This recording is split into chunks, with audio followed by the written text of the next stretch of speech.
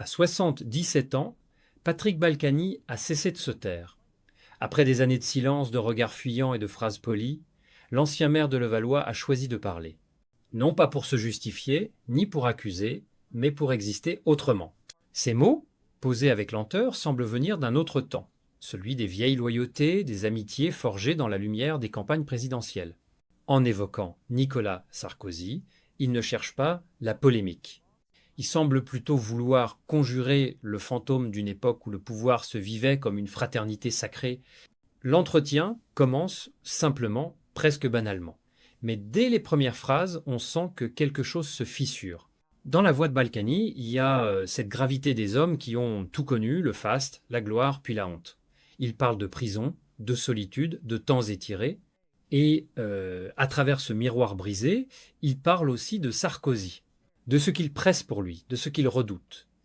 Rentrer en prison, ce n'est jamais rien, dit-il. Ce ton, ni accusateur, ni défensif, frappe par sa sincérité nue.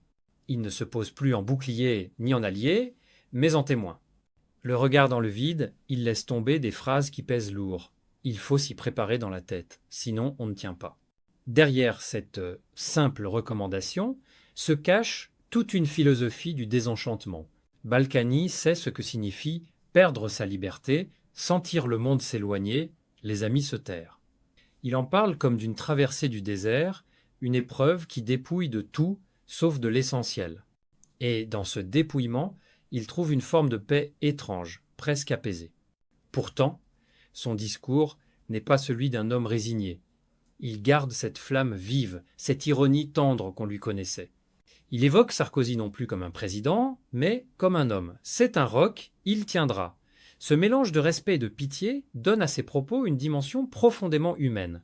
Entre les lignes, on sent un adieu. L'adieu d'un compagnon de route à celui qui, autrefois, symbolisait l'ambition et la victoire. Quand la caméra s'éteint, le silence de Balkany devient encore plus fort que ses mots. Ce silence-là, celui d'un homme qui n'a plus rien à prouver, résonne comme une confession tardive. Dans un pays où les figures publiques s'effacent derrière les communiqués, il ose encore parler avec son cœur, quitte à trembler, et c'est peu être là dans cette fragilité assumée que réside sa dernière grandeur. Il fut un temps où Patrick Balkany et Nicolas Sarkozy semblaient indissociables, deux hommes d'une même trempe, unis par la conquête, le goût du pouvoir et une fidélité affichée comme un étendard. Dans les années 1990 et 2000, leur duo incarnait la droite triomphante. Sarkozy, le stratège, l'homme d'État pressé, Balkany, le terrain, le populaire, le complice jovial qui savait galvaniser les foules. Ensemble, ils formaient un binôme parfait, cimenté par la réussite et la complicité, mais derrière les sourires et les accolades se cachait un lien plus complexe, tissé d'admiration et de jalousie, de confiance et de crainte. Sarkozy grimpait, Balkany consolidait. L'un faisait les discours, l'autre faisait le travail de l'ombre. Et à mesure que l'un s'élevait, l'autre sentait le sol se dérober sous ses pieds.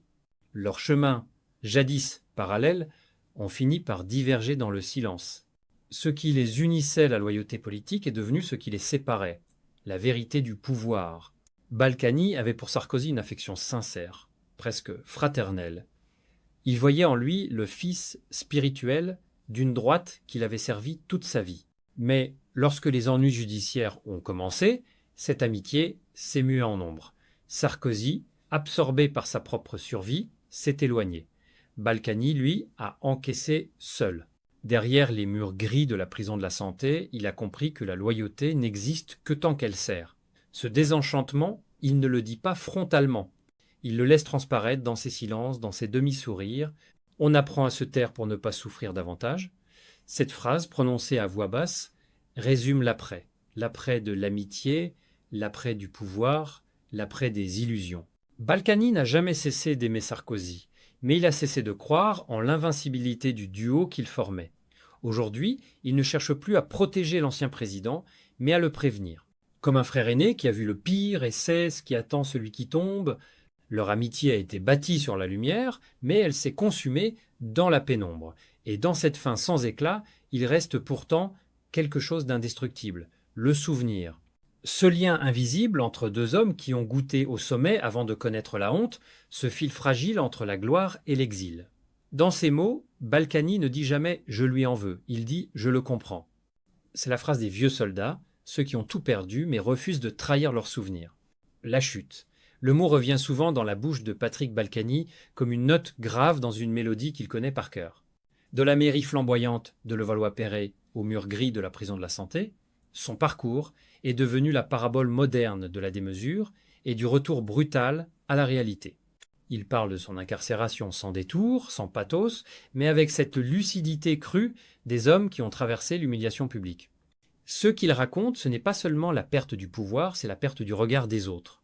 Les premiers jours derrière les barreaux, dit-il, furent les plus durs. Le bruit métallique des clés, l'odeur froide du béton, la lumière crue des néons qui ne s'éteignent jamais. L'enfermement n'est pas seulement physique, il se glisse dans la tête, il ronge les certitudes. On croit connaître la solitude, mais on la découvre vraiment là-bas, confie-t-il. Il se souvient de ces nuits interminables où le silence pesait plus que les grilles. De ces matins où chaque minute ressemblait à une éternité. L'homme de pouvoir apprenait à redevenir un homme tout court. Et c'est ce savoir-là, cette connaissance du vide, qu'il offre aujourd'hui à Nicolas Sarkozy. Pas comme un reproche, mais comme une initiation. Il faut apprendre à encaisser, à se reconstruire, à garder la tête droite.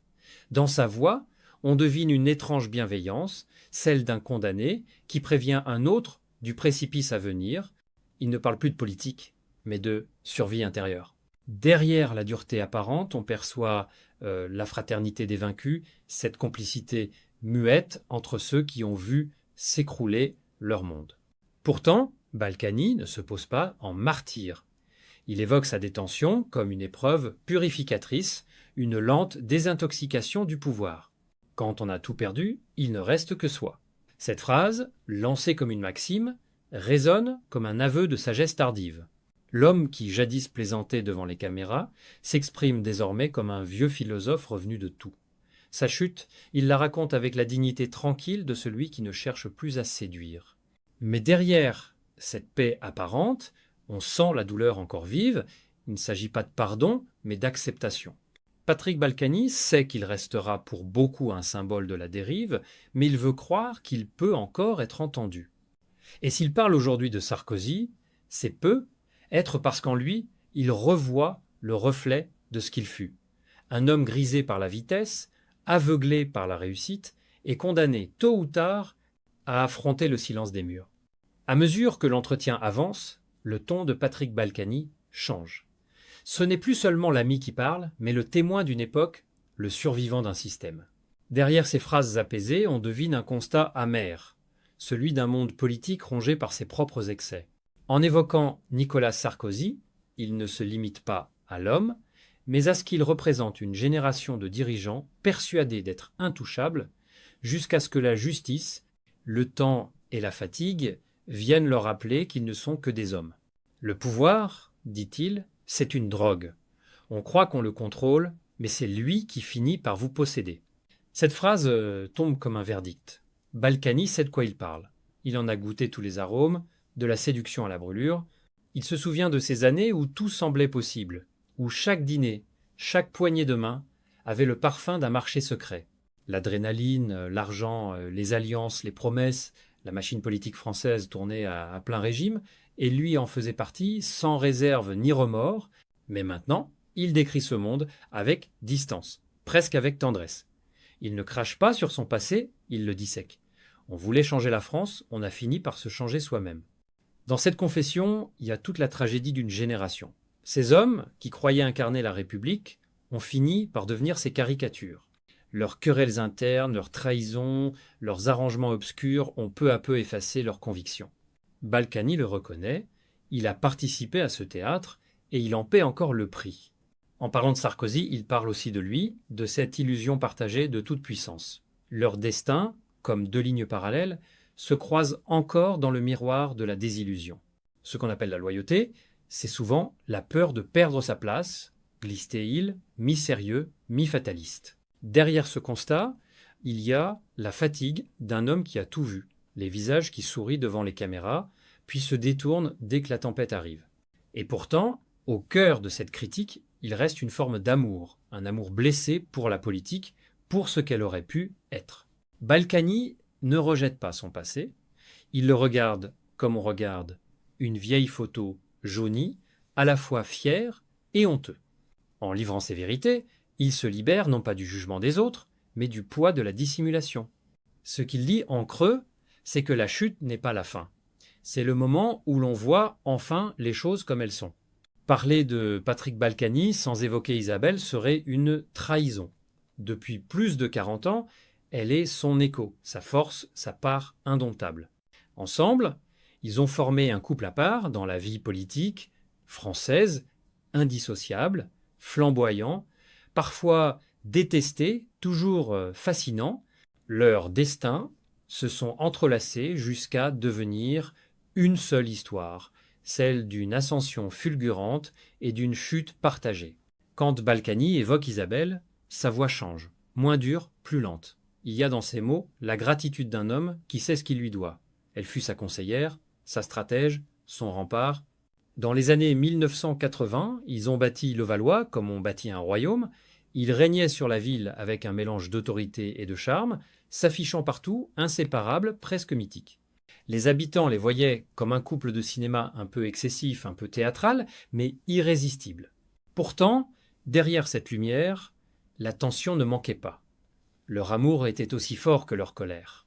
2 volcans dans une même maison. Mais cette passion, nourrie par la conquête, leur a donné la force d'affronter tout. Les campagnes, les juges, les unes des journaux. Quand la prison est venue, Isabelle n'a pas fui. Elle a pris sa place à la mairie, a défendu son mari avec une énergie farouche. À travers elle, la loyauté a pris un visage, celui d'une femme qui préfère se briser plutôt que de renier. Sans elle, je ne serais plus là, murmure-t-il. Une phrase simple, mais qui en dit long. Dans la solitude des murs, ce sont les lettres d'Isabelle, ses visites, ses regards, derrière la vitre du parloir, qui ont tenu son âme debout. Il se souvient de ces 3 quarts d'heure volés à la grisaille, où chaque mot comptait plus que 1000 discours. Cette tendresse-là, pudique et brûlante, devient chez lui une prière. Aujourd'hui encore, dans leur maison de Giverny, loin du tumulte médiatique, ils vivent ensemble comme 2 naufragés d'un même navire. Les scandales, les condamnations, les années, les ont érodés, mais pas séparés. Leur amour, érodé par les tempêtes, a pris la couleur du granit, rude mais inaltérable. Et c'est peu être là, dans cette fidélité absolue, que réside la part la plus humaine de Patrick Balkany. Car, derrière l'homme politique, il reste un mari, un compagnon de route, un être blessé qui continue d'aimer avec la même démesure qu'il a vécue. Derrière le tumulte, derrière les rires sonores et les manchettes scandaleuses, demeure un homme. Patrick Balkany n'est pas seulement une figure politique, il est le produit d'une histoire, d'une enfance où la douleur et la fierté s'entremêlaient. Né d'un père juif hongrois, rescapé des persécutions nazies et d'une mère protestante française, il a grandi dans un foyer où le mot dignité signifiait plus que la réussite. C'est de là qu'est née cette force, mais aussi cette colère qui ne l'a jamais quitté. L'homme public excessif flamboyant n'était peu être qu'un bouclier contre la fragilité de l'enfant d'hier. Aujourd'hui, à 77 ans, son visage porte les marques du temps, mais son regard conserve une étincelle singulière, celle de ceux qui ont survécu à eux-mêmes. Quand il parle, on sent qu'il ne cherche plus à convaincre.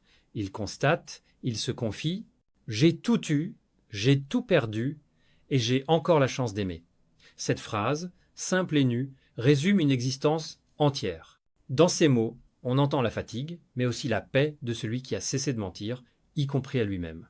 Il sait qu'une grande partie de la France ne lui pardonnera jamais, il n'en fait plus une blessure, mais une vérité. Il regarde les caméras, sans amertume, sans défi, comme pour dire « Oui, j'ai chuté, mais j'ai vécu ». Et est-ce cela son ultime leçon? Accepter d'être humain dans un monde qui exige des héros ou des coupables. Ces derniers entretiens ressemblent à des confessions, mais sans remords artificiels. Il parle de Levallois avec tendresse, d'Isabelle avec gratitude, de Sarkozy avec une affection désenchantée. Rien n'est effacé, rien n'est enjolivé, sa voix tremble parfois, mais ne se dérobe jamais. Loin des ors de la République, il demeure ce qu'il a toujours été, un homme qui refuse d'abandonner, même face au silence.